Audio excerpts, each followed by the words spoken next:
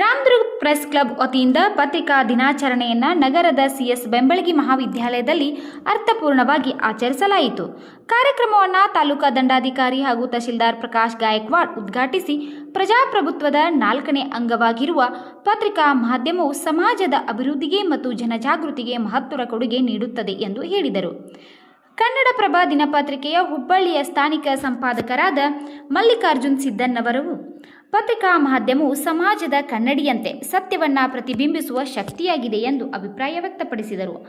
ಧಾರವಾಡ ಆಕಾಶವಾಣಿಯ ವಿಶ್ರಾಂತ ನಿರ್ದೇಶಕರಾದ ಬಸು ಬೇವಿನಗಿಡದ್ ಅವರು ಪಾಲಕರು ಮೊದಲು ಪುಸ್ತಕವನ್ನು ಓದುವ ಅಭ್ಯಾಸ ಬೆಳೆಸಿಕೊಂಡರೆ ಮಕ್ಕಳು ಓದುವ ಸಂಸ್ಕೃತಿಯನ್ನು ಬೆಳೆಯುತ್ತದೆ ಎಂದು ಕರೆ ನೀಡಿದರು. ಮುಖ್ಯ ಅತಿಥಿಗಳಾಗಿ ಭಾಗವಹಿಸಿದ್ದ ರಾಮದುರ್ಗ ಉಪವಿಭಾಗದ ಡಿವೈಎಸ್ಪಿ ಚಿದಂಬರ ಮಡಿವಾಡ್ ರವರು ಶಾಸಕಾಂಗ, ಕಾರ್ಯಾಂಗ ಮತ್ತು ನ್ಯಾಯಾಂಗದ ಜವಾಬ್ದಾರಿತನವನ್ನು ಜನರ ಮುಂದಿಡುವ ಹಾಗೂ ಅವುಗಳನ್ನು ತಿದ್ದುವ ಶಕ್ತಿ ಪತ್ರಿಕಾ ಮಾಧ್ಯಮಕ್ಕಿದೆ ಎಂದು ಹೇಳಿದರು. ವಿದ್ಯಾಪ್ರಸಾರಕ ಸಮಿತಿಯ ಅಧ್ಯಕ್ಷ ಎಸ್ ಸುಲ್ತಾನ್ಪುರ್ ಅವರು ಉತ್ತಮ ಶಿಕ್ಷಣ ಸಂಸ್ಥೆಗಳ ಪ್ರಜಾಪ್ರಭುತ್ವದ 4 ಅಂಗಗಳಿಗೆ ಬಲವಾದ ಅಡಿಪಾಯ ಹಾಕುತ್ತವೆ ಎಂದು ತಿಳಿಸಿದರು. ಕಾರ್ಯಕ್ರಮವನ್ನು ಗೌಡಪ್ಪ ಪಾಟೀಲ್ ನಿರೂಪಿಸಿದರು. ಈರಣ್ಣ ಬುಡ್ಡಿಗೋಳ್ ಸ್ವಾಗತಿಸಿದರು. ಮಲ್ಲಿಕಾರ್ಜುನ್ ರೆಡ್ಡಿ ಪ್ರಾಸ್ತಾವಿಕವಾಗಿ ನುಡಿದರು. ಕೊನೆಯಲ್ಲಿ ಆರ್ ಪಾಟೀಲ್ ವಂದನಾರ್ಪಣೆ ಸಲ್ಲಿಸಿದರು. ಮಲ್ಲಿಕಾರ್ಜುನ್ ಸಿದ್ದನ್ನವರ್ ಕನ್ನಡಪ್ರಭ ಪತ್ರಿಕೆಯ ಹುಬ್ಬಳ್ಳಿಯ ಸ್ಥಾನಿಕ ಸಂಪಾದಕರಾಗಿ ಕಾರ್ಯನಿರ್ವಹಿಸುತ್ತಿದ್ದು, ಅವರು ಕಳೆದ 30 ವರ್ಷಗಳಿಂದ ಪತ್ರಿಕಾ ರಂಗದಲ್ಲಿ ಕಾರ್ಯ ಮಾಡುತ್ತಿದ್ದಾರೆ. ಮಲ್ಲಿಕಾರ್ಜುನ್ ಸಿದ್ದನ್ನವರು ಸಣ್ಣ ಪತ್ರಿಕೆಗಳಿಂದ ಹಿಡಿದು ಇಂದು ಒಂದು ರಾಜ್ಯ ಮಟ್ಟದ ಪತ್ರಿಕೆಯ ಮಹತ್ವದ ಜವಾಬ್ದಾರಿಯನ್ನು ಹೊತ್ತು ಕಾರ್ಯನಿರ್ವಹಿಸುತ್ತಿದ್ದು, ಅಂಥವರು ಇಂದು ನಮಗೆ ಮಾರ್ಗದರ್ಶನ ನೀಡಲು ಆಗಮಿಸಿದ್ದು ನಮ್ಮೆಲ್ಲರೂ ಶ್ರೇಯ ಅಂತ ಹೇಳಿ ಅವರನ್ನು ಮತ್ತೊಮ್ಮೆ ಸ್ವಾಗತಿಸಿ ಅವರ ಸಂಕ್ಷಿಪ್ತ ಪರಿಚಯವನ್ನು ಮುಗಿಸ್ತೀನಿ. ಶ್ರೀಯುತರು 20 ಪುಸ್ತಕಗಳನ್ನು ಪ್ರಕಟಿಸಿದ್ದಾರೆ ಮತ್ತು ಅವರಿಗೆ ಕರ್ನಾಟಕ ಮಾಧ್ಯಮ ಅಕಾಡೆಮಿ ಸೇರಿದಂತೆ ವಿವಿಧ 30 ಪ್ರಶಸ್ತಿಗಳನ್ನು ಕೂಡ ಅವರು ಮುಡಿಗೇರಿಸಿಕೊಂಡಿದ್ದು, ಅಂಥವರ ಮಾರ್ಗದರ್ಶನ ನಮಗೆ ಸಿಗುತ್ತಿರುವುದು ನಮ್ಮೆಲ್ಲರ ಸುದೈವ ಅಂತ ಮತ್ತೊಮ್ಮೆ ಅವರನ್ನು ಸ್ವಾಗತಿಸಿ ಅವರ ಸಂಕ್ಷಿಪ್ತ ಪರಿಚಯವನ್ನು ಮುಗಿಸುತ್ತೇನೆ. ಇನ್ನು ನಮಗೆ ಈ ಕಾರ್ಯಕ್ರಮಕ್ಕೆ ಇನ್ನೊಬ್ಬರ ಅತಿಥಿ ಉಪನ್ಯಾಸಕರ ಆಗಮಿಸಿರುವಂತಹ ಡಾಕ್ಟರ್ ಬಸು ಬೇವಿನಗಿಡದ್ ಇವರು ಇಲ್ಲೇ ನಮ್ಮ ಪಕ್ಕದ ಸವದತ್ತಿ ತಾಲೂಕಿನ ಮನವಳ್ಳಿಯವರು. ಶ್ರೀಯುತರು 1964 ಜುಲೈ 12ರಂದು ಮನವಳ್ಳಿಯಲ್ಲಿ ಜನಿಸಿದ್ದು, ಇವರು ಕರ್ನಾಟಕ ವಿಶ್ವವಿದ್ಯಾಲಯದಿಂದ MA ಇಂಗ್ಲಿಷ್ ಪದವಿ ಪಡೆದು ಮತ್ತು ಹಂಪಿ ವಿಶ್ವವಿದ್ಯಾಲಯದಿಂದ ಬೇಂದ್ರೆ ಕಾವ್ಯದ ಮೇಲೆ PhD ಪದವಿಯನ್ನು ಪಡೆದಿದ್ದಾರೆ. ಇವರು ಆಕಾಶವಾಣಿ ಧಾರವಾಡದ ನಿಲಯ ನಿರ್ದೇಶಕರಾಗಿ ನಿವೃತ್ತಿ ಹೊಂದಿದ್ದು, ಶ್ರೀಯುತರು ಅಭಿನವ ಪ್ರಕಾಶನ, ವಸಂತ ಪ್ರಕಾಶನ, ಕನ್ನಡ ಸಾಹಿತ್ಯ ಪರಿಷತ್ತು, ಬಸವರಾಜ ಕಟ್ಟಿಮನಿ ಟ್ರಸ್ಟ್ ಮುಂತಾದ ಸಂಸ್ಥೆಗಳಿಂದ ಕೆಲವು ಕೃತಿಗಳು ಪ್ರಕಟಣೆಗೊಂಡಿವೆ. ಇವರ ಸಂಕ್ಷಿಪ್ತ ಪರಿಚಯವನ್ನು ಇಷ್ಟು ಹೇಳಿ ಮುಗಿಸುತ್ತೇನೆ. ಇವು ನಮ್ಮ ಕರ್ನಾಟಕದಲ್ಲಿ ಮೊದಲ ಕನ್ನಡ ದಿನಪತ್ರಿಕೆಯಾಗಿರ್ತಕ್ಕಂಥ ಮಂಗಳೂರು ಸಮಾಚಾರ ಅಂತಕ್ಕಂಥ ಆ ಪತ್ರಿಕೆ ಯಾವಾಗ ಸ್ಥಾಪನೆ ಆಯಿತು ಅಂದರೆ, ಈ ಪತ್ರಿಕೆಯನ್ನು ಪ್ರಾರಂಭಗೊಳಿಸಿದವರು ಪ್ರಾರಂಭದಲ್ಲಿ ಕರ್ನಾಟಕದಲ್ಲಿ ಜರ್ಮನ್ ಮೂಲದ Basel mission reverend Frederick Mogling ಅವರು ಇದನ್ನು 1883 ಜುಲೈ 1ರಂದು ಕರ್ನಾಟಕದಲ್ಲಿ ಮಂಗಳೂರು ಸಮಾಚಾರ ಅಂತಕ್ಕಂಥ ಒಂದು ಕನ್ನಡ ಪತ್ರಿಕೆಯನ್ನು ಪ್ರಾರಂಭಗೊಳಿಸಿದ್ರಲ್ಲ, ಅದರ ಒಂದು ಸವಿ ನೆನಪಿಗಾಗಿ ನಾವು ಇಂದು ನಮ್ಮ ರಾಜ್ಯಾದ್ಯಂತ ಜುಲೈ 1ರ ನಂತರದಲ್ಲಿ 1 ತಿಂಗಳವರೆಗೆ ಪತ್ರಿಕಾ ದಿನಾಚರಣೆಯನ್ನಾಗಿ ಆಚರಣೆ ಮಾಡ್ಕೊಂಡು ಬರ್ತಾ ಇದೆ. 1966ರಲ್ಲಿ ಸ್ಥಾಪನೆಯಾಗಿರ್ತಕ್ಕಂಥ PCI ಆ ಸ್ಥಾಪನೆಯ ನಿಮಿತ್ತವಾಗಿ ನವೆಂಬರ್ 16ರಂದು ರಾಷ್ಟ್ರೀಯ ಪತ್ರಿಕಾ ದಿನಾಚರಣೆಯನ್ನಾಗಿ ಭಾರತದ ದೇಶಾದ್ಯಂತ ನಾವು ಆಚರಣೆಯನ್ನು ಮಾಡಿಕೊಂಡು ಬರ್ತಾ ಇದ್ದೀವಿ. ಈ ಪತ್ರಿಕೆ ಅಂತಕ್ಕಂಥದ್ದು ಕೇವಲ ಸುದ್ದಿ ಬಿತ್ತರಿಸುವುದಕ್ಕಷ್ಟೇ ಸೀಮಿತ ಆಗಿರಲಿಲ್ಲ. ಪ್ರಾರಂಭಿಕ ಹಂತದಲ್ಲಿ ಪತ್ರಿಕೆಗಳು ಪ್ರಾರಂಭಗೊಂಡ ನಂತರ ಭಾರತ ದೇಶಕ್ಕೆ ಸ್ವತಂತ್ರ ದೊರಕಿಸಿ ಕೊಡುವಲ್ಲಿ ಪ್ರಮುಖವಾಗಿರ್ತಕ್ಕಂಥ ಪಾತ್ರವನ್ನು ವಹಿಸಿರ್ತಕ್ಕಂಥವು ಕನ್ನಡ ದಿನಪತ್ರಿಕೆಗಳು. ಅದರ ಜೊತೆಗೆ ಆಂಗ್ಲದ ದಿನಪತ್ರಿಕೆಗಳು ಇರಬಹುದು. ಆದರೆ ನಾವು ಕರ್ನಾಟಕದಲ್ಲಿ ಹೇಳುವುದಾದರೆ ಅದು ನಮ್ಮ ಕನ್ನಡದ ದಿನಪತ್ರಿಕೆಗಳೇನಿದ್ದಾವೆ ಅವೆಲ್ಲವೂ ಕೂಡ ಭಾರತದ ಸ್ವತಂತ್ರ ಹೋರಾಟಕ್ಕಾಗಿ ಜನರಿಗೆ ಜಾಗೃತಿಯನ್ನು ಮೂಡಿಸ್ತಕ್ಕಂಥ ಒಂದು ಕೆಲಸವನ್ನು ಪತ್ರಿಕೆಗಳು ಮಾಡ್ಕೊಂಡು ಬಂದಿದ್ದಾರೆ. ಅದರ ಒಂದು ಸವಿನೆನಪಿಗಾಗಿ ನಾವು ಈ ಕಾರ್ಯಕ್ರಮವನ್ನು ಆಚರಣೆ ಮಾಡ್ಕೊಂಡು ಬರ್ತಾ ಇದ್ದೀವಿ. ಪ್ರೆಸ್ ಕ್ಲಬ್ ರಾಮದುರ್ಗದ ವತಿಯಿಂದ ನಾವು ಪ್ರತಿ ವರ್ಷವೂ ಈ ಪತ್ರಿಕಾ ದಿನಾಚರಣೆಯನ್ನು ಒಂದು ವಿಶಿಷ್ಟವಾಗಿ ಆಚರಣೆಯನ್ನು ಮಾಡ್ಕೊಂಡು ಬರ್ತಾ ಇದ್ದೀವಿ. ಮತ್ತು ಈ ಕಾರ್ಯಕ್ರಮದ ಮೂಲಕ ಆರೋಗ್ಯ ಶಿಬಿರ ಇರ್ಬೋದು, ಸಾಂಸ್ಕೃತಿಕ ಕಾರ್ಯಕ್ರಮಗಳಿರ್ಬೋದು, ಸಾಹಿತ್ಯಿಕ ಕಾರ್ಯಕ್ರಮಗಳಿರ್ಬೋದು, ರಚನಾತ್ಮಕ ಸಾಮಾಜಿಕ ಉಪಯುಕ್ತ ಆಗ್ತಕ್ಕಂಥ ಕಾರ್ಯಕ್ರಮಗಳನ್ನು ನಮ್ಮ ಒಂದು ಸಂಘಟನೆಯ ಮೂಲಕ ಪ್ರೆಸ್ ಕ್ಲಬ್ ಮೂಲಕ ಹಮ್ಮಿಕೊಂಡು ಬರ್ತಾ ಇದ್ದೇವೆ. ಇದು ಕೂಡ ನಿಮಗೆ ಹೆಚ್ಚಿನ ಮಾಹಿತಿಯನ್ನು ಒದಗಿಸಲಿಕ್ಕೆ ಉತ್ತಮವಾಗಿರ್ತಕ್ಕಂಥ ಸಂಪನ್ಮೂಲ ವ್ಯಕ್ತಿಗಳನ್ನು ಈ ವರ್ಷ ನಾವು ಕರೆಸಿದ್ದೇವೆ. ಅವರ ಒಂದು ಕೊಡ್ತಕ್ಕಂಥ ಮಾಹಿತಿಯನ್ನು ತಾವೆಲ್ಲರೂ ಪಡ್ಕೊರಿ ಅಂತಕ್ಕಂಥ ಮಾತನ್ನು ಹೇಳ್ತಾ ನನ್ನ ಪ್ರಾಸ್ತಾವಿಕ ಮಾತು ಅಂದರೆ ಸಾವಿರಾರು ವರ್ಷಗಳಿಂದ ನಾವು ಆಚರಣೆ ಮಾಡ್ಕೊಂಡು ಬಂದಂಥ ಪದ್ಧತಿ, ಅದನ್ನು ನಾವು ದೇವರು ಅಂತ ನಂಬ್ಕೊಂಡು ಬಂದ್ವಿ. ಯಾವ ಥರ ನಮ್ಮ ನಂಬಿಕೆ ಭಾಳ ಬಲವಾದದ್ದು. ಅದರಲ್ಲಿ ಕೆಲವು ನಂಬಿಕೆಗಳ ಮೂಢನಂಬಿಕೆ ಆಗ್ಯಾವೋ, ಆ ಮೂಢನಂಬಿಕೆಗಳನ್ನ ನಾವು ದೇವರು ಅಂತ ಬಳಸ್ಕೊಂಡು ಬಂದ್ಬಿಟ್ಟಿದ್ದೇವೆ. ಇವತ್ತಿನ ಜೂನಿಯರ್ ಪರಶುರಾಮಗಳನ್ನ ಕಲ್ಪನೆ ಮಾಡ್ಕೊಂಡ್ರೆ ನಮ್ಮ ನಂಬಿಕೆಗಳ ಆಧಾರ ಎಷ್ಟು ಗಟ್ಟಿಯಾಗಿತ್ತು, ಎಷ್ಟು ಕೊಳ್ಳಾಗಿತ್ತು, ಎಷ್ಟು ಯಾವ ರೀತಿಯಾಗಿ ನಾವು ಆಚರಣೆ ಮಾಡ್ಕೊಂಡು ಬಂದೀವಿ ಅನ್ನೋದನ್ನು ನಾವು ನೋಡ್ತೀವಿ. ಹಾಗಾಗಿ ಇವತ್ತಿನ ಕಾಲದಲ್ಲಿ ನಾವು ಇವತ್ತು ಪ್ರಜಾಪ್ರಭುತ್ವ ರಾಷ್ಟ್ರದಲ್ಲಿದ್ದೇವೆ. ಆ ರಾಷ್ಟ್ರದಲ್ಲಿದ್ದಂಥ ಈ ಕೂಡ ನಮ್ಮ ಕೆಲಸ ಏನು? ಅದೇ ಶರಣರ ಚಳವಳಿಯ ಮುಂದುವರೆದ ಭಾಗವಾಗಿ ಬಂತಲ್ಲ, ಸಂವಿಧಾನ ಕೂಡ ಶರಣರ ಚಳವಳಿಯ ಮುಂದುವರೆದ ಭಾಗನೇ. ಅವತ್ತಿನ ಅನುಭವ ಮಂಟಪ ಇವತ್ತಿನ ನಮ್ಮ ಸಂಸತ್ತನ್ನು ನಾವು ಪರಿಗಣಿಸ್ತೇವೆ. ಆ ಶರಣರು ಮಾಡಿದಂಥ ಕಾಯಕವನ್ನೇ ಇವತ್ತು ಪತ್ರಕರ್ತರು ಮುಂದುವರಿಸ್ತಾ ಇದ್ದೇವೆ. ನಾವು ಶರಣ ಚಳವಳಿಯ ಮುಂದುವರಿದ ಭಾಗವೇ ಇಂದಿನ ಪತ್ರಿಕೋದ್ಯಮ. ಅದು ಮುದ್ರಣ ಮಾಧ್ಯಮವಾಗಿದೆಯೋ, ಅದು ಟಿವಿ ಮಾಧ್ಯಮವಾಗಿದೆಯೋ, ಅದು ಸಾಮಾಜಿಕ ಜಾಲದ ಮಾಧ್ಯಮವಾಗಿದೆಯೋ, ಅದು ಆಕಾಶವಾಣಿ ಮಾಧ್ಯಮವಾಗಿದೆಯೋ, ಆ ಮಾಧ್ಯಮದ ಕೆಲಸ ಶರಣರು ಮಾಡಿದ್ದೇವೆ. ಶರಣರು ಏನು? ನಾವು ನಮ್ಮಲ್ಲಿ ಒಂದು ಗೌರವಿತ ಸಮ ಸಮಾಜವನ್ನು ನಿರ್ಮಾಣ ಮಾಡಬೇಕು, ಸಮಬಾಳು ಸಮಪಾಲನ್ನು ತರಬೇಕು, ಯಾರೂ ಕೂಡ ಲಿಂಗಭೇದವನ್ನು ಮಾಡಬಾರ್ದು, ಯಾರೂ ಕೂಡ ತಾರತಮ್ಯವನ್ನು ಮಾಡಬಾರ್ದು.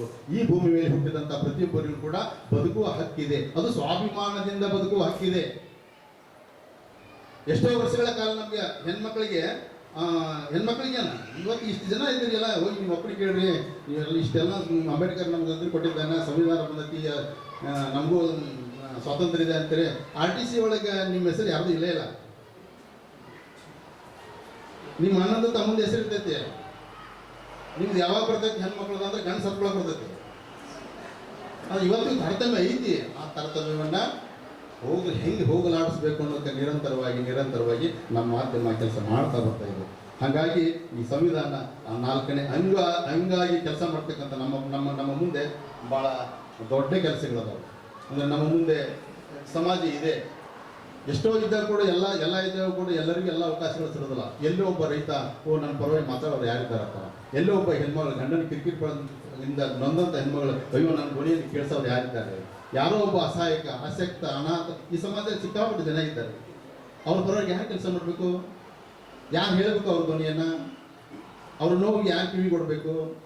ಆ ಕಿವಿಗೊಡುವ, ನೋವಿಗೆ ಸ್ಪಂದಿಸುವ, ನಾನಿದ್ದೇನೆ ನಿನ್ನ ಧ್ವನಿಯಾಗಿಂತ ಕೆಲಸ ಮಾಡುವ ಯಾವುದಾದ್ರೂ ಒಂದು ಮಾಧ್ಯಮ ಇದ್ದರೆ ಅದು ಪತ್ರಿಕಾ ಮಾಧ್ಯಮ ಅಂತಕ್ಕಂಥದ್ದನ್ನು ನಾನು ಹೇಳ್ತಾ ಇದ್ದೇನೆ. ಮೊನ್ನೆ ಈಗ ಒಂದು 2-3 ದಿವಸದ ಹಿಂದೆ ರೋಣ ತಾಲೂಕಿನ ಗದಗ ಜಿಲ್ಲೆಯ ರೋಣ ತಾಲೂಕಿನ ಅರವಣಿಸಿ ಅಂತಕ್ಕಂಥ ಒಂದು ಗ್ರಾಮ ಇದೆ. ಮಾಧ್ಯಮ ಇರದೇ ಹೋದರೆ ಹೇಗಾಗತ್ತೆ? ಆ ಊರ ಗೌಡ, ಅವನ ಹೆಸರು ಶಂಕರಪ್ಪ ಸಲಕಿನ ರೆಡ್ಡಿ, ಹೀಗೆ ಆ ಊರಿನ ಗೌಡ, ಅವನು ಜಮೀನ್ದಾರ. ಆ ಊರಿನ ಒಬ್ಬ ಹೆಣ್ಮಗಳನ್ನ ರೇಪ್ ಮಾಡಿದ್ದ. ಒಂದು ಹುಡುಗ ಅಲ್ಲಿಂದ ಈಗ ಮೊಬೈಲ್ ಬಂದು ಭಾಳ ಮಂದಿ ಮೊಬೈಲ್ ಬಂದು ನೋಡಿ ಹಾಳಾಕಿರಿ ಭಾಳ ಟಿಂಗಲ್ ಮಾಡ್ತೀವಿ. ಹಾಳಾಗುವವರು ಒಮ್ಮೆ ಒಳ್ಳೆ ಕೆಲಸ ಮಾಡ್ತಾರೆ ಅನ್ನೋದಕ್ಕೆ ಮೊನ್ನೆ ಒಂದು ದೊಡ್ಡ ನಿದರ್ಶನ. ಆ ಪಾಪ ಅಸಹಾಯಕ ಹೆಣ್ಮಗಳು, ಒಂದು 23 ವರ್ಷದ ಹೆಣ್ಮಗಳು, ಭಾಳ ಬಡವ್ರ ಮಕ್ಕಳು. ಆಕೆಲ್ಲ ಮನೆ ಬಂದು ಹೋಗ್ತಾ ಇದ್ದ. ಸಂಜೆ ಒಂದು 6 ಗಂಟೆ 7 ಗಂಟೆ ಆಗ್ತಾ ಇದೆ. ಅವನು ಆಕಿನ್ನ ಹೊತ್ಕೊಂಡು ಹಳ್ಳಕ್ಕೆ ಹೊತ್ಕೊಂಡು ಹೋಗಿ ರೇಪ್ ಮಾಡಿದ. ಆ ಒಂದು ಹುಡುಗ ಇದಕ್ಕೆ ಹೋಗ್ಯಾನ, ಹೋಗಿ ಮೊಬೈಲ್ ಹಿಡ್ಕೊಂಡು ಹಿಂಗೆ ಮಾಡ್ಕೊಂಡು ಕುಂತಾನ. ಏನೂ ಇಲ್ಲ ಇದ್ದು ಬಡ ಹೊತ್ಕೊಂಡ್ಬಂದ್ರೆ ಆ ಮೊಬೈಲ್ ರೆಕಾರ್ಡ್ ಮಾಡಿಬಿಟ್ಟಿದ್ದ.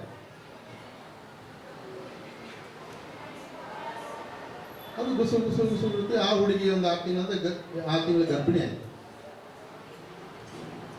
ಇಡೀ ಊರು ತುಂಬ ಸುದ್ದಿ ಹೊಡುತ್ತೆ ಅದು. ಇವಾಗ ಪ್ರಭಾವಿ ಅವನ ಇರೋದು ಯಾರು ಹಾಕೊಳ್ಳೋಕೆ ಸಾಧ್ಯ ಇಲ್ಲ. ಸಕಟ ಶ್ರೀಮಂತ, ಊರಿನ ಗುಂಡಾಣ ಅವನೇ, ಊರಿನ ಗೌಡನು ಅವನೇ. ಅವ್ನು ಯಾರು ಅವ್ರ ಇಬ್ಬರು ಮಾತಾಡೋಕ್ಕೆ ತಯಾರಿಲ್ಲ. ಆ ಹುಡುಗಿ ಇದು ಗರ್ಭಿಣಿ ಅದಕ್ಕೆ ಮನೆ ಕೇಳಕತ್ತಿದ್ದು, ಯಾಕವ ಇದಕ್ಕೆ ಕಾರಣ ಯಾರು ಮತ್ತು ಆಕೆ ಹೇಳ್ಬೇಕಲ್ಲ, ಹಿಂಗೆ ಗೌಡ್ರನ್ನ ಕೇಳೋದು ತಾಕತ್ತು ಅಂತಂದ್ರಿಗಿಲ್ಲ, ತಂದೆ ತಾಯಿಗಿಲ್ಲ.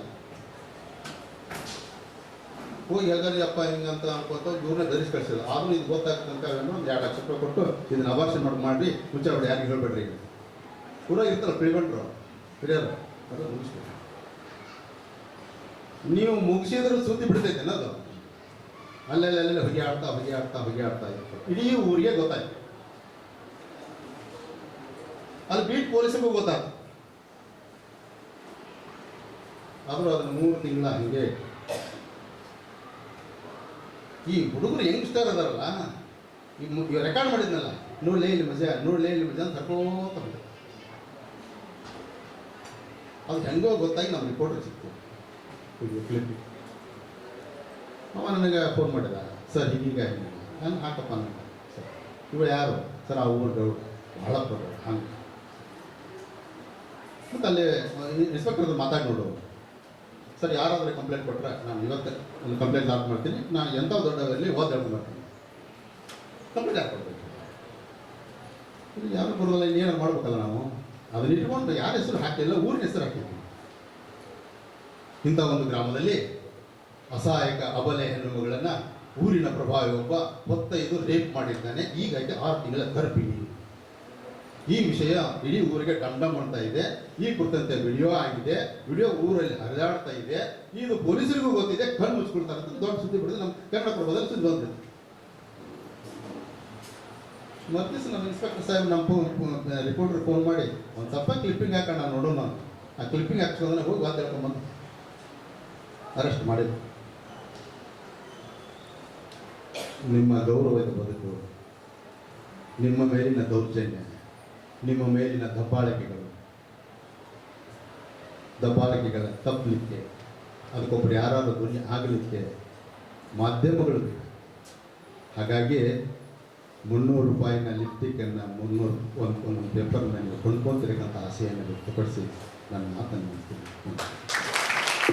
ಹಾಗಾಗಿ ಆ ಪೇಪರ್ ನಾವು ಇವತ್ತು ಕೊಂಡುಕೊಂಡು ಅಥವಾ ಮನ್ಯಾಗ ಅಟ್ಲೀಸ್ಟ್ ನಾವು ಒಬ್ಬರು ಅಂದ್ರೆ 4-5 ಮಂದಿ ಕೂಡಿ ಒಂದರ ಪತ್ರಿಕೆ ಅಥವಾ ಕಾಲೇಜ್ ಲೈಬ್ರರಿಯಲ್ಲಿ ಅಥವಾ ಸಾರ್ವಜನಿಕ ಗ್ರಂಥಾಲಯದಲ್ಲಿ ಅಲ್ಲಾರು ಓದುವಂತ ಅಂದ್ರೆ ಅದನ್ನು ನಾವು ಮುಂದಿನ ಪೀಳಿಗೆಯನ್ನು ಚಲೋ ಮಾಡ್ಬೇಕು. ಅವರು ಕೂಡ ಅಂದರೆ ನಾವೆಲ್ಲರೂ ಏನು ಮಾಡ್ತಿರ್ತೇವೆ, ಬರೀ ದೊಡ್ಡವ್ರಿಗೆ ಹೇಳ್ತಿರ್ತೇವೆ ಅಥವಾ ದೊಡ್ಡವ್ರಿಗೆ ಮಕ್ಕಳು ಏನೋ ವಿದ್ಯಾರ್ಥಿಗಳು ಚಲೋ ಆಗ್ಬೇಕಂತ ಹೇಳ್ತಿರ್ತೇವೆ. ಆದರೆ ದೊಡ್ಡವರು ಮೊದಲು ತಾವು ಚಲೋ ಆಗ್ಬೇಕು, ತಾವು ಓದುವ ಅಭ್ಯಾಸವನ್ನು ಬೆಳೆಸ್ಕೊಳ್ಬೇಕು. ಅಂದರೆ ಮೊಬೈಲ್ ನೋಡಬಾರ್ದು ಅಂತ ನಾವು ಹೇಳ್ತೇವೆ.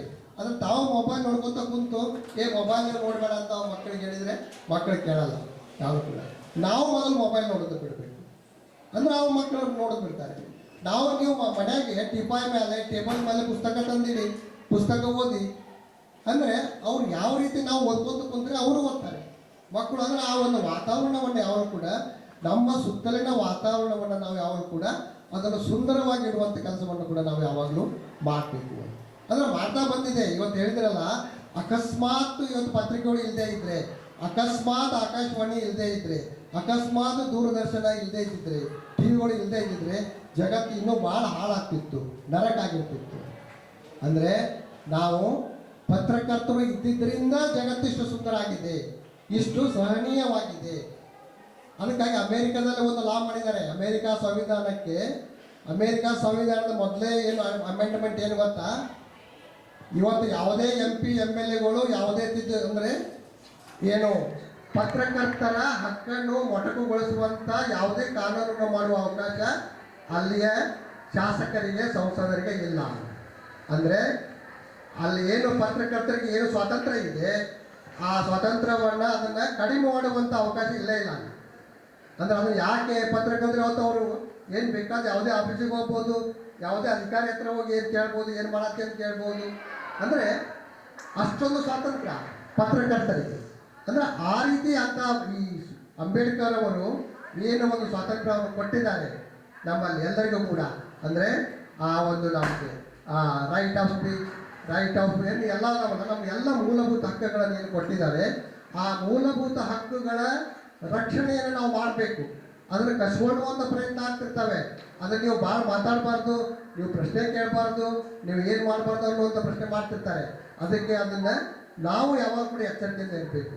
ಅಂದರೆ ಕಾವಲುಗಾರ ಏನೋ ಮಾಧ್ಯಮವನ್ನು ಪ್ರಜಾಪ್ರಭುತ್ವದ ಕಾವಲುಗಾರ ಅಂತ ಹೇಳ್ತೇವೆ. ನಾಯಿ ಅಂತ ಹೇಳಿದ್ರಲ್ಲ, ಅಂದರೆ ಪ್ರಜಾಪ್ರಭುತ್ವವನ್ನು ಕಾಪಾಡುವಂಥ ನಾಯಿ, ಪ್ರಜಾಪ್ರಭುತ್ವವನ್ನು ಕಾಪಾಡುವಂಥ ಕಾವಲುಗಾರರು. ಆ ಕಾವಲುಗಾರರು ನಾವು ಯಾವಾಗ ಕೂಡ ಅವರೊಬ್ಬರೇ ಅಂತಲ್ಲ, ಪ್ರತಿಯೊಬ್ಬರು ಕೂಡ ನಾವು ಕಾವಲುಗಾರರಾಗಿರ್ಬೇಕು. ನಮ್ಮ ಮೇಲೆ ಏನೇ ದಬ್ಬಾಳಿಕೆ ಆದರೆ ಅಥವಾ ಅನ್ಯಾಯ ಆದರೆ ಅಥವಾ ಯಾರೋ ನಮ್ಮ ಹಕ್ಕನ್ನು ಯಾರು ಕಸಿದುಕೊಳ್ಳಕ್ಕೆ ಬಂದರೆ ಅಥವಾ ನಮ್ಮ ಹೆಸರಲ್ಲಿರ್ತಕ್ಕಂಥ ಭೂಮಿಯನ್ನು ಮತ್ತೊಬ್ಬರು ಲಪ್ಟಾಯಿಸ್ಕೊಂಡು ನೋಡಿದರೆ ಅದಕ್ಕೆ ನಾವು ಯಾವಾಗಲೂ ಕೂಡ ಎಚ್ಚರಿಕೆಯಿಂದ ಇರಬೇಕಾಗ್ತದೆ. ಅಂದರೆ ಅದನ್ನು ಹಕ್ಕು, ಅದನ್ನು ಓದಬೇಕು. ಅಂದರೆ ನೀವೆಲ್ಲ ವಿದ್ಯಾರ್ಥಿಗಳು ಏನಿದ್ದೀರಲ್ಲ, ಜಾಸ್ತಿ ಓದುವಂಥ ಕೆಲಸವನ್ನು ಮಾಡಬೇಕು. ಓದಿದಾಗ ಬರ್ತದೆ ಯಾವಾಗಲೂ ಕೂಡ. ಅಂದರೆ ನೀವು ಯಾವಾಗ ಪತ್ರಕರ್ತರಾಗ್ತೀರಿ, ಯಾವಾಗ ಮಾಧ್ಯಮದವರು ಆಗ್ತೀರಿ ಅಂತಂದರೆ ಜಾಸ್ತಿ ಓದಬೇಕು. ಜಾಸ್ತಿ ಓದಿದಾಗ ಜಾಸ್ತಿ ಶಬ್ದ ಸಂಪತ್ತು ಬರ್ತದೆ, ಅವಾಗ ಗೊತ್ತಾಗ್ತದೆ. ಬೇಂದ್ರೆ ಅವ್ರ ಒಂದು ಕವಿತೆ ಇದೆ, ಕವಿತೆಯಲ್ಲಿ 1-2 ಸಾಲು ಬರ್ತವೆ. ಸಂಜೆ ಮುಂಜಾನೆ, ಸಂಜೆ ಅಥವಾ ಮುಂಜಾನೆ, ಸಂಜೆ ಮುಂಜಾನೆ ಎಂದಾರ ಒಂದಿನ ಅಲಕ್ನಂತ ನಿಮ್ಮ ಮುಂದೆ ಬರ್ತೇನೆ. ಆವಾಗ ಬಗ್ಸಿ ತುಂಬ ಭಕ್ತಿ ಹಿಡ್ಕೊಂಡು ಅಗಸಿ ಬಾಗಿಲು ಬರ್ರಿ ಕುದುರೆಯವರು ಅಂದರು. ಅದು ಅವಾಗ ಏನಿರ್ತಾರೆ, ಒಬ್ಬರು ಕುದುರೆಯವರು ಅಂತ ಇರ್ತಾರೆ. ಆ ಕುದುರೆಯವರು ಹಾದು ಹೋದಲ್ಲಿ ಎಲ್ಲ ಚಲೋ ಹಾಕ್ಬಿಡ್ತಾರೆ ಆ ಊರಿಗೆಲ್ಲ. ಅದಕ್ಕೆ ಒಂದು ಊರವ್ರು ಏನು ಹೇಳ್ತಾರೆ, ಕುದುರೆಯವರೇ ನಮ್ಮ ಊರಿಗೆ ಒಂದು ಬರ್ರಿ ಅಂತ ಹೇಳ್ತಾರೆ. ಅದಕ್ಕೆ ಅವ್ರು ಏನು ಹೇಳ್ತಾರೆ, ಕುದುರೆಯವ್ರು ಏನಂತಾರೆ, ನೋಡ್ರಿಪ್ಪ ನಾ ಬರ್ತೇನೆ, ಆದ್ರೆ ನಾ ಭಾಳ ಊರಿಗೆ ಹೋಗ್ಬೇಕಾಗ್ತದೆ. ಮುಂದೆ ಇಲ್ಲೇ ಮುದಳ್ಗೆ ಹೋಗ್ಬೇಕು, ಲೋಕಾಪುರಿಗೆ ಹೋಗ್ಬೇಕು, ಅಲ್ಲಿ ಹಲಗತ್ತಿ ಹೋಗ್ಬೇಕು, ಎಲ್ಲ ಕಡೆ ಹೋಗ್ಬೇಕಾಗಿದೆ. ಅದಕ್ಕೆ ನಿಮ್ಮ ರಾಮದುರ್ಗದಾಗ ಭಾಳ ಹೊತ್ತು ನಿಲ್ಲಲ್ಲ, ನಾನು ಸ್ವಲ್ಪ ಹೊತ್ತು ನಿಲ್ತೇನೆ. ಅದಕ್ಕೆ ಯಾವಾಗ ಬರ್ತೇನೆ ಗೊತ್ತಿಲ್ಲ, ಸಂಜೆ ಬರ್ಬೋದು ಅಥವಾ ಮುಂಜಾನೆ ಬರ್ಬೋದು. ಯಾವಾಗ ಬರ್ತೇನಲ್ಲ, ಅವ್ರು ಬರ್ಬೇಕಾದ್ರೆ ಊರೊಳಗೆ ಬರೋಕೆ, ನಿಮ್ಮ ಆಫೀಸಿಗೆ ಬರೋಕೆ ಅಥವಾ ನಿಮ್ಮ ಕಾಲೇಜಿಗೆ ಬರೋಕೆ ಟೈಮ್ ಇರಲ್ಲ. ನಾನು ಅವಾಗ ಅಗ್ಸಿಗೆ ಬರ್ತೇನೆ, ನಿಮ್ಮ ಬಸ್ ಸ್ಟ್ಯಾಂಡಿಗೆ ಬರ್ತೇನೆ. ಅಗ್ಸಿ ಬಾ ಹಂಗೆ ಬರಬಾರ್ದು. ಹೆಂಗೆ ಬರಬೇಕು, ಬೊಕ್ಸಿ ತುಂಬ ಭಕ್ತಿ ಹಿಡ್ಕೊಂಡು ಬನ್ನಿ ಅಂತಾರೆ. ಅಂದರೆ ಬೊಕ್ಸಿ ತುಂಬ ಭಕ್ತಿ ಅಂದರೆ ನೀವು ಮೊದಲು ಕೆಲಸ ಮಾಡಿರಿ, ಮೊದಲ ಓದೋದನ್ನು ಕಲೀರಿ, ಮೊದಲ ತಲೆಯಾಳು ತುಂಬಿಕೊಳ್ಳ್ರಿ, ಆಮೇಲೆ ನನ್ನ ಕಡೆ ಬರಲಿ. ಸುಳ್ಳು ನನ್ನ ಕಡೆ ಬಂದು ಏನು ಉಪಯೋಗ ಆಗೋದಿಲ್ಲ ಅಂತ ಅನ್ನುವಂಥ ಮಾತನ್ನು ಹೇಳ್ತಾರೆ. ಅಂದರೆ ನೀವು ಯಾವುದೇ ಅವರು ಮಾಸ್ತರು ಎಷ್ಟು ಬೇಕಂತ ಹೇಳ್ತಾರೆ, ಮಾಧ್ಯಮದವ್ರು ಎಷ್ಟು ಬೇಕಂತ ಹೇಳ್ತಾರೆ, ಪತ್ರಿಕೆಯಲ್ಲಿ ಎಷ್ಟು ಬೇಕಂತ ಬರೀತಾರೆ. ಆದರೆ ನಾವು ಶಾನ್ಯರಾಗಲಿಲ್ಲ ಅಂತಂದರೆ, ನಾವು ಕಲ್ಕೊಳ್ಳಿಲ್ಲ ಅಂತಂದರೆ ಏನು ಉಪಯೋಗ ಆಗಲ್ಲ. ಹಾಗಾಗಿ ಅದನ್ನು ನಾವು ಯಾವಾಗ ಕೂಡ ಆ ಮನೋಭಾವವನ್ನು ನಾವು ಜಾಸ್ತಿ ಕೆಲಸ ಮಾಡಿದರೆ ಏನು ಶ್ರಮ ಇಲ್ಲ, ನಾವೇನು ಸತ್ತು ಹೋಗಂಗಿಲ್ಲ. ಯಾವಾಗ ಕೂಡ ನಾವು ಜಾಸ್ತಿ ಕೆಲಸ ಮಾಡಿದ್ರೆ ಇನ್ನೂ ಜಾಸ್ತಿ ಆಯುಷ್ಯ ಇರ್ತದೆ, ಅದು ತಿಳ್ಕೊಳ್ಬೇಕು. ಯಾರು ಆಲಸ್ಯ ಆಗಿರ್ತಾರೆ, ಯಾರು ಲೇಜಿ ಆಗಿರ್ತಾರೆ, ಅವರೆಲ್ಲವೂ ಸತ್ತು ಹೋಗ್ತಾರೆ. ಅದನ್ನು ಯಾವಾಗ ಅರ್ಥ ಮಾಡ್ಕೊಳ್ಬೇಕು. ಹಾಗಾಗಿ ಆ ರೀತಿಯಲ್ಲಿ ಕೂಡ ನಾವು ಏನು ಮಾಡಬೇಕು, ನಮ್ಮ ಕೆಲಸಗಳನ್ನು ನಾವು ಜಾಸ್ತಿ ಮಾಡುವಂಥ ಕೆಲಸವನ್ನು ಮಾಡಬೇಕು. ಅದಕ್ಕೆ ಅವಿಶ್ರಾಂತವಾದ ಜೀವನವನ್ನು ನಾವು ಯಾವಾಗಲೂ ಕೂಡ ಮಾಡಬೇಕು. ಹಾಗಾಗಿ ಅದು ನಮ್ಮದೇ ಸ್ಟೈಲ್. ಈಗ ನೋಡ್ರಿ, ಈಗ ಒಂದು ಸಂಯುಕ್ತ ಕರ್ನಾಟಕ ಒಂದು ಪೇಪರ್ ಸ್ಟೈಲ್ ಬೇರೆ ಇರ್ತದೆ, ಪ್ರಜಾವಾಣಿ ಬೇರೆ ಇರ್ತದೆ, ಕನ್ನಡಪ್ರಭ ಬೇರೆ ಇರ್ತದೆ, ಉದಯವಾಣಿ ಬೇರೆ ಇರ್ತದೆ. ಅಂದ್ರೆ ಎಲ್ಲರದು ಒಂದೊಂದು ಪೇಪರ್ದು ಒಂದೊಂದು ಸ್ಟೈಲ್ ಇರ್ತದೆ. ಒಬ್ಬೊಬ್ಬರಿಗೆ ಸಂಯುಕ್ತ ಕರ್ನಾಟಕ ಓದಿದಾಗ ಸಮಾಧಾನ ಅನಿಸುತ್ತೆ, ಒಬ್ಬೊಬ್ಬರಿಗೆ ಕನ್ನಡಪ್ರಭ ಇಷ್ಟಂದ ಈ ಸಿದ್ಧಣ್ಣವ್ರು ಭಾಳ ಡಿಟೇಲ್ ಆಗಿ ಬರೀತಾರಪ್ಪ ಅಂತ ಅವ್ರು ಒಬ್ಬರು ಲೈಕ್ ಮಾಡ್ತಿರ್ತಾರೆ. ಅಂದರೆ ಅದಕ್ಕೆ ನೀವು ಏನು ಮಾಡಬೇಕು, ನಿಮ್ಮದೇ ಆದ ಒಂದು ಸ್ಟೈಲ್ ಇರ್ತದೆ, ಆ ಸ್ಟೈಲನ್ನು ಡೆವಲಪ್ ಮಾಡ್ಕೋಬೇಕು ಯಾವಾಗ ಕೂಡ. ಅಂದರೆ ಅಂಥ ಶಬ್ದ ಹಾಕಿ ಆ ಒಂದು ಸ್ವಾದ. ಅಂದರೆ ಒಂದು ಮನೆಯಲ್ಲಿ ಒಬ್ಬರು ದೋಸೆ ಒಬ್ಬರು ಮನೆ ಚಲೋ ಮಾಡ್ತಾರೆ, ಒಂದು ಹೋಟೆಲ್ನಾಗ ದೋಸೆ ಚಲೋ ಇರ್ತದೆ, ಒಂದು ಹೋಟೆಲ್ನಾಗ ಇಡ್ಲಿ ಚಲೋ ಮಾಡ್ತಾರೆ, ಒಂದು ಹೋಟೆಲ್ನಾಗ ಮಸಾಲ ಉಪ್ಪಿಟ್ಟು ಚಲೋ ಇರ್ತದೆ ಅಂತ. ಆ ರೀತಿಯಲ್ಲೇ ಕೂಡ ನಾವು ನಿಮ್ಮದೇ ಆದ ಒಂದು ಸ್ವಾದವನ್ನು ಅದನ್ನು ನಾವು ಯಾವ ಪ್ರಯತ್ನ ಮಾಡಬೇಕು. ಅಂದರೆ ನೋಡಿ, ನಾವು ಯಾರು ಕೂಡ ಆ ರೀತಿಯಲ್ಲಿ ಈಗ ಲಂಕೇಶ್ ಪತ್ರಿಕೆಯೊಳಗೆ ಹುಬ್ಬಳ್ಳಿ ಯಾವ ಅಂತ ಬರೀತಾ ಇದ್ರು, ಪುಂಡಲಿ ಕ್ಷೇತ್ರ ಹುಬ್ಬಳ್ಳಿ ಯಾವ. ಅದು ನೋಡಿ, ಆ ಹುಬ್ಬಳ್ಳಿ ಯಾವ ಅಂತ ಅನ್ನೋದನ್ನು ಆ ಹುಬ್ಬಳ್ಳಿ ಸ್ಟೈಲ್ನಾಗ ಬರೀತಾ ಇದ್ರು. ಹಂಗೆ ನಾವು ಯಾವಾಗ ಕೂಡ ರಾಮದುರ್ಗದವ ನಾವು ಬೆಳಗಾವ್ದವ ಅಂತ ಅನ್ನುವಂಥದ್ದನ್ನು ನಾವು ರೂಢಿ ಮಾಡ್ಕೊಳ್ಬೇಕು. ಅಂದ್ರೆ ನಮ್ದು ಹೇಳುವಂಥ ಅಂದರೆ ಬರೀ ಈ ಮಾಧ್ಯಮ ಅಂತಂದರೆ ಬರೀ ಪೇಪರ್ ಅಂತ ಅಷ್ಟೇ ಅಲ್ಲ.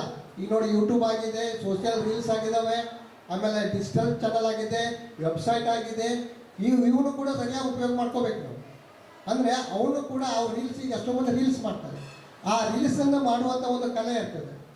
ಅಂದರೆ ಮತ್ತೊಬ್ಬರಿಗೆ ಯಾವ ರೀತಿ ತಲುಪಬೇಕು ನಾವು, ನಿಮ್ಮ ಚಾನಲ್ ಯೂಟ್ಯೂಬ್ ಚಾನಲ್, ಆ ಯೂಟ್ಯೂಬ್ ಚಾನಲ್ ಮಾಡಿದ್ರೆ ಅಂದರೆ ಲಕ್ಷಾಂತರ ಮಂದಿಗೆ ಯಾಕೆ ತಲುಪಬೇಕು, ಅಥವಾ ಪತ್ರಿಕೆ ಬರೆದ್ರೆ ನೀವು ಪತ್ರಿಕೆಗಳನ್ನು ಕೂಡ ಯಾವ ರೀತಿ ನಿಮ್ಮ ಸ್ಟೈಲ್ನಲ್ಲಿ ನೀವು ಯಾವ ರೀತಿ ಬರೀಬೇಕು, ಅಂದರೆ ನಮ್ಮ ಶಬ್ದ, ನಮ್ಮ ಪದಪುಂಜ, ನಮ್ಮ ಒಂದು ವಾಕ್ಯ ರಚನೆ ಯಾವ ರೀತಿ ಇರಬೇಕಂತ ಅನ್ನೋದನ್ನು ಕೂಡ ನಾವು ಯಾವಾಗಲೂ ಅರ್ಥ ಮಾಡ್ಕೋಬೇಕು.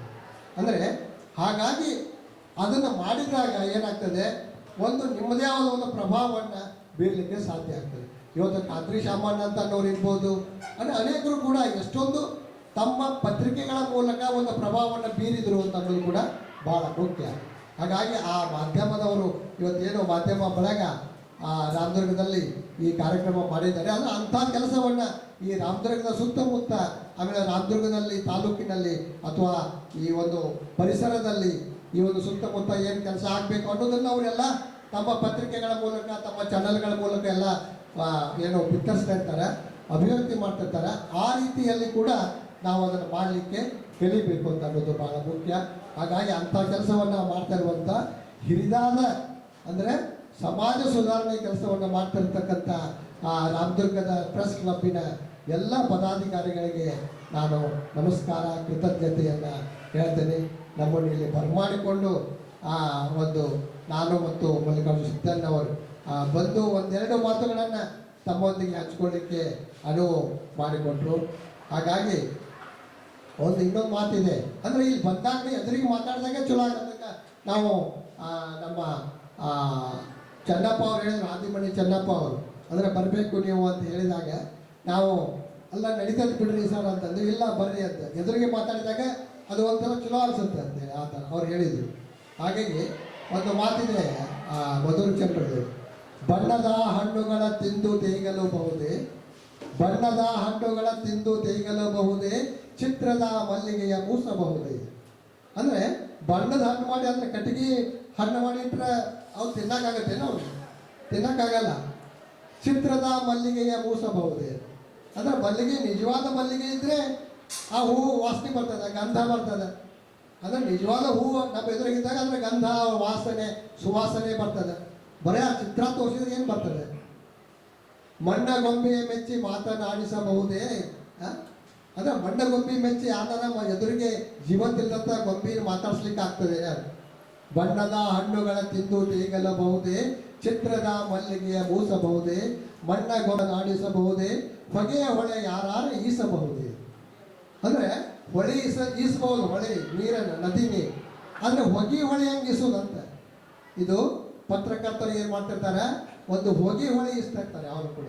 ಅಂದರೆ ಒಂದು ಕಲುಷಿತವಾದ ವಾತಾವರಣದಲ್ಲಿ ಅದನ್ನು ದಾಟಿ ಬಂದು ಅವರು ಸಮಾಜಕ್ಕೆ ಒಂದು ಆದರ್ಶವನ್ನು ಅವ್ರು ಹೇಳ್ತಿರ್ತಾರೆ. ಅಂಥ ಒಂದು ಆ ಮಾತನ್ನು ಆ ಎಲ್ಲ ಪತ್ರಕರ್ತರಿಗೆ, ಮಾಧ್ಯಮದವರಿಗೆ ಶರಣು ಶರಣಾರ್ಥಿ ಹೇಳ್ತಾ, ಕೊನೆಗೆ ಇನ್ನೊಂದು ಮಾತು ನಮ್ಮ ತಾಯಿಯನ್ನು ಹೇಳ್ತಿರ್ತಾರೆ, ಆದಾವ ನಮ್ಮ ಜ್ವಾಳ, ನಮ್ಮ ಜ್ವಾಳ. ಅಂದರೆ ಜ್ವಾಳ ಮೊದಲ ಕಾಲದಾಗ ಗಿರಣಿ ಇರಲಿಲ್ಲ, ಬಿಸು ಕಲ್ಲಾಗ ಬೀಸ್ತಾ ಇದ್ರು. ಆದಾವ ನಮ್ಮ ಜ್ವಾಳ, ಆದಾವ ನಮ್ಮ ಜ್ವಾಳ, ಉಳಿದಾವ ನಮ್ಮ ಕಲ್ಲ, ಈಗ ಸಾಕವ್ವ ನಿನ್ನ ಕಲ್ಲ, ಕೈಯಾನ ಹಾಕಿದ ಉಂಗುರ ಸವದಾವ. ಅಂದರೆ ಜ್ವಾಳ ಬೀಸಿ ಬೀಸಿ ಕೈಯಾನ ಉಂಗುರ ಸೌದೋತಂತೆ. ಅಂದರೆ ಆದರೆ ಜ್ವಾಳ ಮುಗಿದು ಆಕೆ ಹಾಡುವಂಥ ಹಾಡು ಮುಗಿಲಿಲ್ಲ.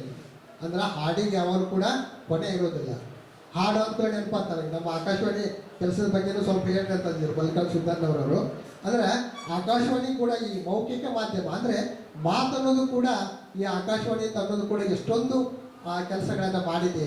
ಅಂದರೆ ಈ ಕಲೆ, ಸಂಗೀತ, ಸಾಹಿತ್ಯ, ಇಂಥ ಕಲೆಗಳನ್ನು, ಅಂದರೆ ಜಾನಪದ ಹಾಡು, ಕೃಷ್ಣ ಪಾರಿಜಾತ, ಆಮೇಲೆ ಈ ಸಂಗೀತ, ನಾಟಕ, ಇವನ್ನೆಲ್ಲ, ಆಮೇಲೆ ಭಜನೆ, ಜೋಡಿನ ಪದ, ಚೌಡಿಕಿ ಪದ, ಸಂಪ್ರದಾಯದ ಪದ, ಇವನ್ನೆಲ್ಲ ಯಾರು ಉಳಿಸಿದ್ರು? ಆಕಾಶವಾಣಿಯವರು ಉಳಿಸಿದ್ರಲ್ಲ. ಈ ಗೌರವ ಮಾತಾರ ಅಂತ ಹೇಳಿ ಆಕೆ ಹಾಡು, ಹಾಗೆ ಇಡೀ ಅಂದರೆ ಹುಟ್ಟಿ ಬಂದೆ ಎಲ್ಲಮ್ಮನಾಗಿ ಅಂತ ಒಂದು ಹಾಡಿದೆಯಲ್ಲ, ಆ ಹಾಡನ್ನು ಆಕಾಶವಾಣಿ ಬಂದಾಗ ಹಾಡಿಲ್ಲ ಆಕೆ. ಅದು ಇಡೀ ಕರ್ನಾಟಕ ತುಂಬ ಪ್ರಸಾರ ಆಯಿತು, ಅಂದರೆ ಜನಜನಿತ ಆಯಿತು. ಅಂದರೆ ಯಾವುದನ್ನು ನಾವು ಏನೋ ಸಾಯಲಾರದ್ದು ಅಂತ ಮಾಡ್ತೇವೆ, ಅಂದರೆ ಅದನ್ನು ನೆನಪಿನಲ್ಲಿ ಉಳಿಬೇಕಂತ ಯಾವಾಗ ಕೂಡ. ಅಂದರೆ ನೆನಪಿಗೆ ಮರಣವಿಲ್ಲ ಅಂತ ಹೇಳ್ತಾರೆ. ಯಾವಾಗ ಕೂಡ ನೆನಪು ಅನ್ನೋದು ಎಂದೂ ಸಾಯಂಗಿಲ್ಲ, ನೆನಪಿಗೆ ಸಾವೇ ಇಲ್ಲ ಅಂತ, ನೆನಪಿಗೆ ಮರಣವಿಲ್ಲ ಅಂತ ಹೇಳ್ತಿದ್ದ. ಹಾಗಾಗಿ ಇಂಥ ನೆನಪುಗಳನ್ನು, ಇಂಥ ಏನೋ ಕೆಲಸವನ್ನು ನಾವು ಯಾವಾಗ ಕೂಡ ಮಾಡ್ತಾ ಇರಬೇಕು. ಎಲ್ಲರಿಗೂ ಶುಭವಾಗಲಿ. ನಮಸ್ಕಾರ. ಅಂಜಿಗೆ ಬರ್ತಾ ಇದೆ. ಯಾಕಂದರೆ ನಾನಿರೋದು ಪೊಲೀಸ್ ಇಲಾಖೆ, ಸುಮಾರು 25 ವರ್ಷ ಈ ಇಲಾಖೆಯಲ್ಲಿ ಕರ್ತವ್ಯ ನಿರ್ವಹಿಸಿದೆ.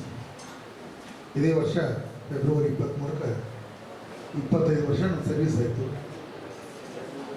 ಸಾಕಷ್ಟು ಜಿಲ್ಲೆಗಳಲ್ಲಿ ಕೆಲಸ ಮಾಡಿದ್ದೀನಿ. ಸಾಕಷ್ಟು ಪೊಲೀಸ್ ಇಲಾಖೆ ಅಂದರೆ ತಮಗೆಲ್ಲರೂ ಗೊತ್ತು ನಮ್ಮ ಕೆಲಸ ಯಾವ ರೀತಿ ಇರುತ್ತೆ. ಕ್ರೈಮು, ಕ್ರಿಮಿನಲ್ ಇವುಗಳ ಜೊತೆ ನಾವು ಕೆಲಸ ಮಾಡ್ತಾ ಇರ್ತೀವಿ. ಸಾಕಷ್ಟು ಸ್ಟ್ರೈಕ್ಗಳು ಎಲ್ಲ ನೋಡ್ತಾ ಇರ್ತೀವಿ. ಅವಾಗ ಯಾವಾಗ ಕೂಡ ಅಂಜಿಕೆ ಬರಲ್ಲ. ಹಗಲು ರಾತ್ರಿ ಟೈಮ್ ಇಲ್ಲ ಅಂಥ ಸಂದರ್ಭಗಳಲ್ಲಿ ಕೂಡ ಕೆಲಸ ಮಾಡ್ತೀವಿ. ನಮಗೇನೋ ಅದು ಅನಿಸಲ್ಲ. ಸಾಕಷ್ಟು ಹೆಣಗಳನ್ನ ನೋಡಿರ್ತೀವಿ, ಪೋಸ್ಟ್ ಮಾರ್ಟಮ್ ಮಾಡಿರ್ತೀವಿ, ಕುಖ್ಯಾತ ಆರೋಪಗಳನ್ನ ಹಿಡಿದಿರ್ತೀವಿ, ಸಮಾಜಘಾತಕ ಶಕ್ತಿಗಳನ್ನು ವಿರುದ್ಧ ಹೋರಾಟ. ಆದರೆ ಇದು ಪ್ರೆಸ್ಸು ಮೀಡಿಯಾ ಅಂತ ಅಂದಮೇಲೆ ಸ್ವಲ್ಪ ಎಲ್ಲ ಅಂಜಿಕೆ ಬರ್ತದೆ, ಫೇಸ್ ಮಾಡೋಕ್ಕಾಗಲ್ಲ. ಫಂಕ್ಷನ್ ನಂಗೆ ಕರೆದ್ರು, ಆಯಿತು ಏನಾದರೂ ಒಂದೆರಡು ಮಾತು ಮಾತಾಡೋಣ ಅಂತ ನಾನು ಅಂದ್ಕೊಂಡೆ. ಅಷ್ಟೊನಕ್ಕೆ ವಿಶೇಷ ಉಪನ್ಯಾಸ ಅತಿಥಿಗಳು ಮಾತಾಡಿದ ನಂತರ ಮಾತಾಡೋಕ್ಕೆ ಏನೂ ಉಳಿಯೋದಿಲ್ಲ ಅನ್ನಿಸ್ತು. ಅದು ಕೊನೆಯದಾಗಿ ನಮಗೆ ಕೊಟ್ಟರು. ಬಿಗಿನರ್ಸ್, ಅದರೊಳಗೆ ಪೊಲೀಸ್ ಇಲಾಖೆಯವ್ರ ಮಾತುಗಳು ಕಡಿಮೆ ಆದರೂ ಕೂಡ ಒಂದು 2 ವಿಚಾರಗಳನ್ನ ಹೇಳಕ್ಕೆ ಇಷ್ಟಪಡ್ತೀನಿ.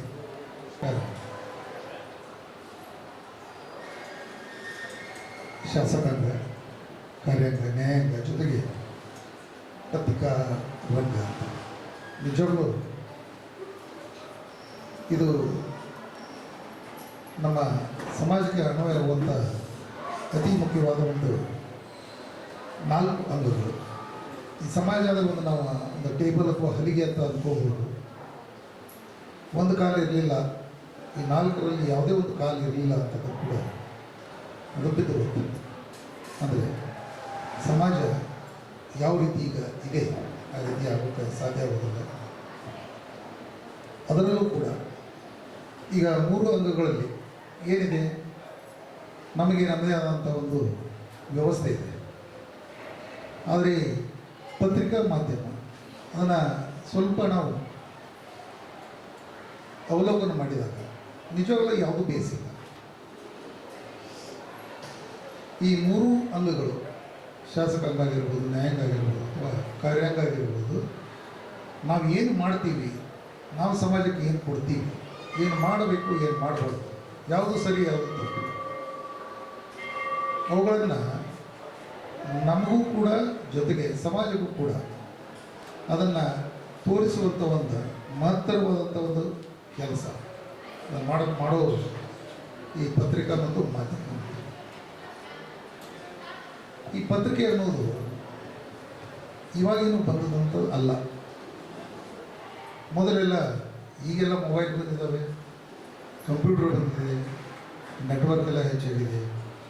ಆದರೆ ನಾವು ಇತಿಹಾಸವನ್ನು ಅವಲೋಕನ ಮಾಡಿದಾಗ ನಮಗೆ ಗೊತ್ತಾಗೋದು, ಸಾಕಷ್ಟು ಜಗತ್ತಿನ ಬಗ್ಗೆ ನಮ್ಗೆ ಯಾವಾಗಾದರೂ ಏನಾದರೂ ಮಾಹಿತಿ ಮೊದಲಿನವರಿಗೆ ಗೊತ್ತಾಗಿತ್ತು ಅಂತಂದರೆ ಅದು ಬರವಣಿಗೆ ಮುಖಾಂತರ.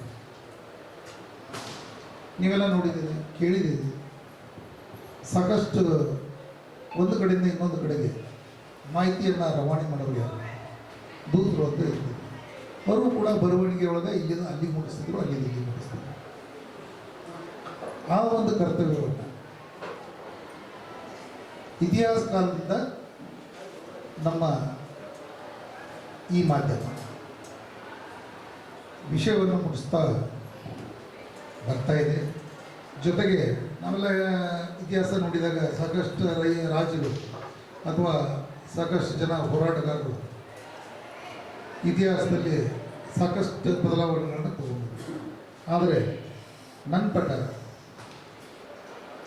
ಸಾಕಷ್ಟು ಸಂದರ್ಭಗಳಲ್ಲಿ ಸಾಕಷ್ಟು ಯುದ್ಧಗಳಾಗಿದ್ದಾವೆ, ಸಾಕಷ್ಟು ಬದಲಾವಣೆಗಳಾಗಿದ್ದಾವೆ. ಆದರೆ ಅತಿ ಮಹತ್ತರವಾದಂಥ ಬದಲಾವಣೆಗಳು ಯಾವುದೇ ಯುದ್ಧದಿಂದಾಗಿಲ್ಲ, ಯಾವುದೇ ಖಡ್ಗದಿಂದಾಗಿಲ್ಲ, ಯಾವುದೇ ಮಿಸೈಲ್ನಿಂದಾಗಿಲ್ಲ, ಕೇವಲ ಒಂದು ಪೆನ್ನಿನಿಂದ.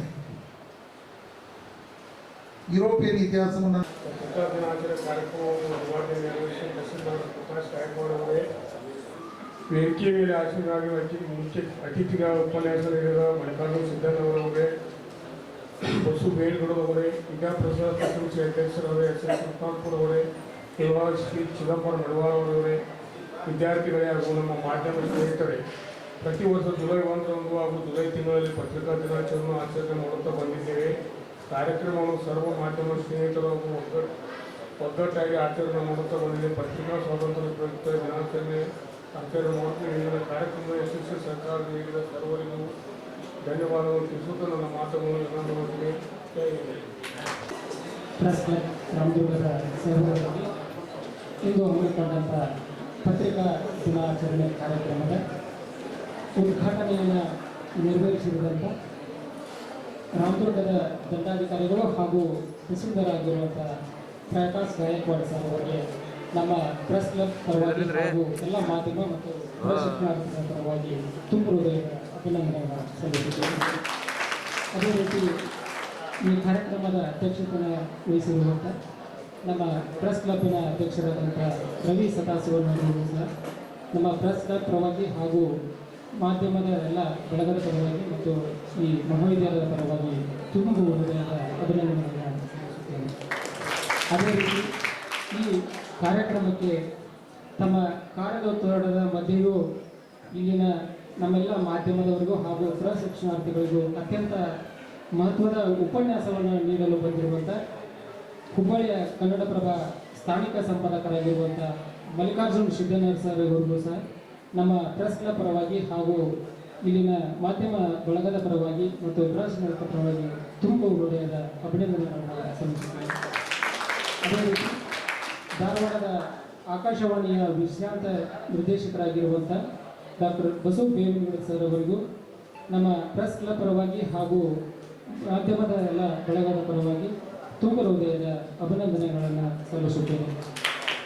ಅದೇ ರೀತಿ ತಮ್ಮ ಸಾಕಷ್ಟು ಕಾರ್ಯದೊತ್ತಡದ ಮಧ್ಯೆ ಈ ಕಾರ್ಯಕ್ರಮಕ್ಕೆ ಆಗಮಿಸಿರುವಂಥ ಡಿವೈಎಸ್ಪಿ ಆಗಿರುವಂಥ ಚಿದಂಬರ ಮಡಿವಾಳ ಸರ್ ಅವರಿಗೂ ಸಹ ನಮ್ಮ ಪ್ರೆಸ್ ಕ್ಲಬ್ ಪರವಾಗಿ ಮತ್ತು ಮಾಧ್ಯಮ ಬಳಗದ ಪರವಾಗಿ ತುಂಬ ಹೃದಯದ ಅಭಿನಂದನೆಗಳನ್ನು ಸಲ್ಲಿಸುತ್ತೇನೆ. ಅದೇ ರೀತಿ ಈ ಸಂಸ್ಥೆಯ ಅಧ್ಯಕ್ಷರಾಗಿರುವಂಥ ಪ್ರೊಫೆಸರ್ SSL ಸುಲ್ತಾನ್ಪುರ್ ಸರ್ ಅವರಿಗೂ ಸಹ ನಮ್ಮ ಪ್ರೆಸ್ ಕ್ಲಬ್ ಪರವಾಗಿ ಮತ್ತು ಮಾಧ್ಯಮ ಪರವಾಗಿ ತುಂಬ ಹೃದಯದ ಅಭಿನಂದನೆಗಳನ್ನು ಸಲ್ಲಿಸುತ್ತೇನೆ. ಅದೇ ರೀತಿ ಈ ಕಾರ್ಯಕ್ರಮಕ್ಕೆ ಆಗಮಿಸಿದಂಥ ನಮ್ಮ ಎಲ್ಲ ಮಾಧ್ಯಮ ಬಳಗಕ್ಕೂ ಮತ್ತು ಪ್ರಶಿಕ್ಷಣಾರ್ಥಿಗಳಿಗೂ ಹಾಗೂ ನಮ್ಮ ಎಲ್ಲ ಹಿರಿಯರಿಗೂ ಸಹ ತುಂಬ ಹೃದಯದ ಅಭಿನಂದನೆಗಳನ್ನು ಸಲ್ಲಿಸಿ ನನ್ನ ವಂದನಾರ್ಪಣೆಯನ್ನು